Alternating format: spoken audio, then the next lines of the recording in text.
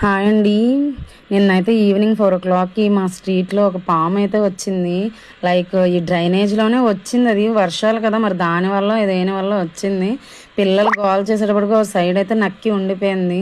Next కొంచెం అందరు silent అయిపోయిన తర్వాత ఇప్పుడు ఎగ్జాక్ట్గా వీడియో చూపిస్తుంది. అయితే మా గేటు పక్కనే అలా వచ్చి ఆగింది. మేము కొంచెం వచ్చి బయటికి చూసేటప్పటికి అదైతే ముందుకు వెళ్ళిపోయింది. మేము మా స్ట్రీట్లో ఉన్న వాళ్ళు అందరం కలిసి దాన్ని తీసి ఎక్కడో చోట వదిలేద్దాం అనుకున్నాము. బట్ అదైతే మెట్ల కింద ఒక ఇలా ఉంటుంది కదా సిమెంట్, దాని కిందకి వెళ్ళి ఆగిపోయిందండి. మా రోడ్లో చిన్నపిల్లలు చాలా ఎక్కువ. అది కానీ పైకి రావడానికి చాలా ట్రై చేసింది. అలాగ కానీ వచ్చిందంటే పిల్లలకి ఎవరొకరికి హార్మ్ఫుల్ అని చాలా ట్రై చేశారు. మా రోడ్లో జెంట్స్ అందరూ కలిసి చాలాసేపు 8 o'clock దాకా ట్రై చేసాం. కానీ అదైతే ఎక్కడో ఉండిపోయింది, బయటకైతే రాలేదు. మనకి నెట్లో స్నేక్ స్నాచర్స్ నెంబర్స్ ఉంటున్నాయండి, కొంచెం జెన్యున్గా పెట్టండి.